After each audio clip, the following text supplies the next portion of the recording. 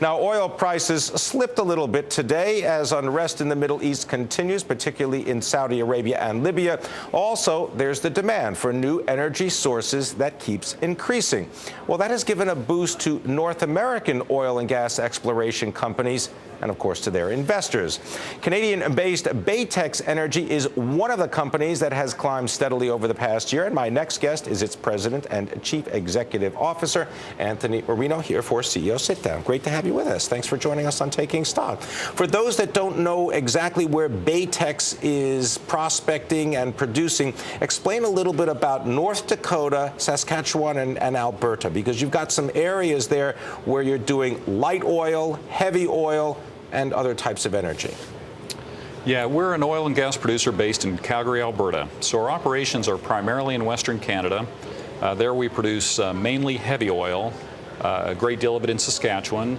Saskatchewan's a very good province because of the positive royalty regime there and just generally very low costs. We have a very large growth project in northern Alberta in heavy oil in the Peace River oil sands, an area known as Seal, very low cost area and good capability to increase production pretty steadily over time. And then in North Dakota, we have our biggest light oil project in the Bakken Three Forks in the northwestern part of the state, where we're doing Three Forks and some Bakken development as well. Now, this development, I read, has to do with a lot of horizontal drilling. You've been mainly sinking wells, and then you go horizontal. Is this part of the new technology that is transforming the way we get energy out of the ground? Yes, it is, and it's probably the key change that has occurred in oil and gas drilling over the past couple of decades. The majority of our wells are horizontal. To give you an example of this, at Seal in Peace River, the heavy oil project, we drill vertically about 2,000 feet, and then we drill a mile horizontally from that vertical well. And in fact, there we'll branch off the first horizontal up to 8 or more times. To create a lot of exposure to the producing formation out of a single vertical well. Those wells can produce at pretty high rates. A $2 million well will produce 400 to 500 barrels a day.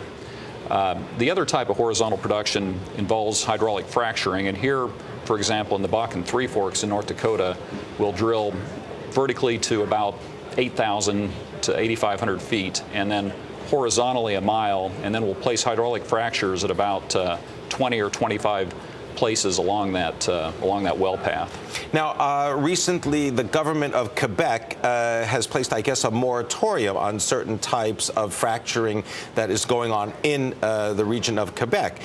What steps have you taken in order to ensure that what you're doing is environmentally sound? Yeah, hydraulic fracturing has been around for a long time. About 40 years, right? Longer. I think the first jobs were pumped in 1950 in the U.S. And in the U.S., in fact, millions of hydraulic fracturing treatments have been performed.